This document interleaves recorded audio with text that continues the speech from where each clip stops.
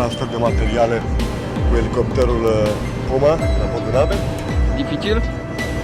A fost dificil datorită faptului că a trebuit să mergem coletul în elicopter fără a provoca daune și a trebuit apoi să executăm misiunea cu o greutate de 4 kg. Logistică executată de elicopterul Puma naval în cadrul operației Atalanta. Cum a fost? În primul rând, este încă o premieră pentru forțele navale și mă bucur că am făcut parte din acest echipaj în prima misiune logistică, o misiune de transport de la aeroportul Gibraltar către fregatele Gile Ferdinand. Misiunea a fost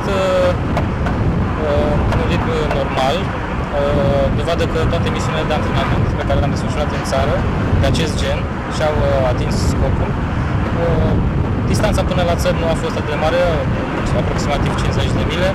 Procedurile de aterizare pe aeroportul civil din Djibouti fiind în conformitate cu documentele și cu pregătirea pe care am avut înainte de executarea acestui scop. A fost mai greu să zburați în această zonă? Ceea ce este greu în aceste zone este faptul că temperaturile sunt deosebit de ridicate, ceea ce aproape ajunge în zona de limită sau de limitări a elicopterului, dar cu un calcul făcut cu precizie am reușit să le executăm în deplină securitate.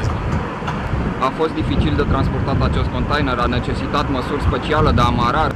Da, bineînțeles, orice greutate de acest gen se poziționează în elicopter astfel încât să intre în centrajul elicopterului, astfel ca să nu existe un moment de răsturnare sau de intrare în timpul zborului, plus amararea lui datorită mișcărilor pe care le poate face elicopterul și greutatea să nu se deplaseze în cadrul cabinei.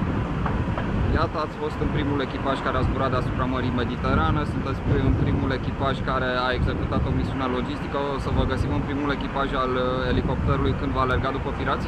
Sper să fiu în primul echipaj care va desfășura misiunea antipiraterie, dar nu este absolut obligatoriu.